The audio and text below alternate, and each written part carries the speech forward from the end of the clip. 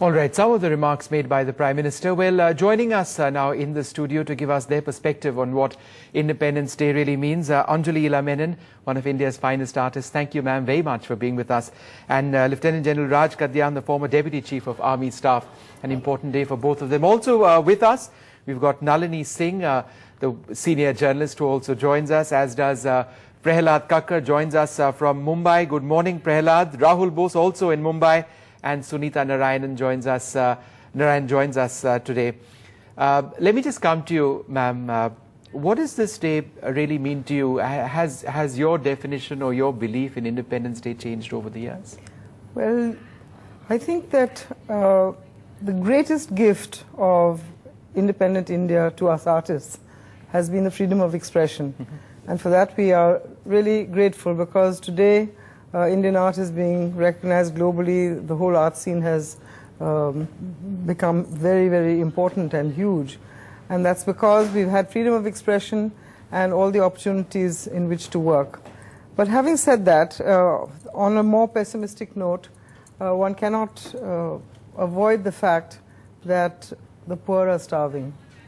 And I'm truly worried about that, because I have my studio in Nizamuddin Basti, and I see that there are a lot of people who cannot even afford to have 2 meals a day today because of the price of.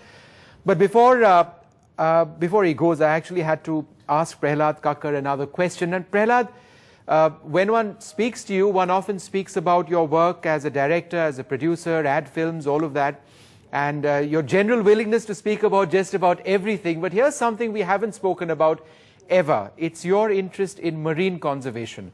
The fact that you worked very closely with Reef Watch, and I've worked very closely with Reef Watch, and you and your wife. When we speak about Independence Day, we often speak about things we know about. There's a lot we don't know about. One of the things that no one wants to speak about is the fact that our coral treasures could be disappearing. And not only the coral treasures, you know, like the tiger is the apex of the forest. In terms of the preservation of the tiger is the preservation of the forest. The preservation of our forests is the preservation of our groundwater. I mean, it all links up together. Similarly, coral reefs are the thermometers of the ocean. And the ocean is something that all of us, culturally as a nation, are a little scared of for some reason. We call it Kala Pani. We're scared of the deep. We're scared of the unknown. We're scared of actually going down into the ocean. And one of the things that we've been doing over the last 15 years is actually teaching Indians the pleasure and the sheer joy of going back into the ocean and discovering the treasures that very few people actually get to see firsthand. And preserving those treasures, if you can actually see the treasures, then you can preserve them. If you're not seeing the treasure, like you see a tree in a forest and you can say, okay, I'm going to save this tree. But if you don't see what's at the bottom of the ocean, you use the ocean as a huge garbage can and chuck everything into it. It's polluted as hell. We take it for granted. We think that it's it's a source that can go on and on forever. We've overfished it, we've bombed it, we've polluted it, we do everything to it. But do we realize that just like the forests and water, which is a life-sustaining thing, the oceans will change you. You will not, as a human race, you will not be able to survive if you actually kill the oceans.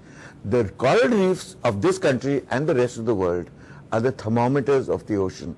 The health of the coral reef reflects the health of the ocean, because it is the most delicate and the most fragile part of our ecosystem, and it actually creates all the biodiversities that we actually get to see in National Geographic and Discovery. But eventually that's all that will be left, is the oceans on video, on film, on records, on somebody's archives. If we don't make a conscious effort as a country, we have such a huge coastline, and we have such little knowledge of not only the coastline but also what we're doing to it.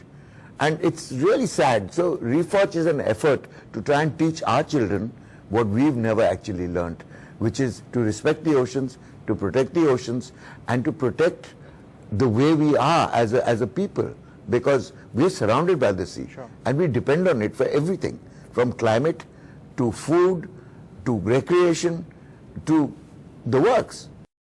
Tuba.com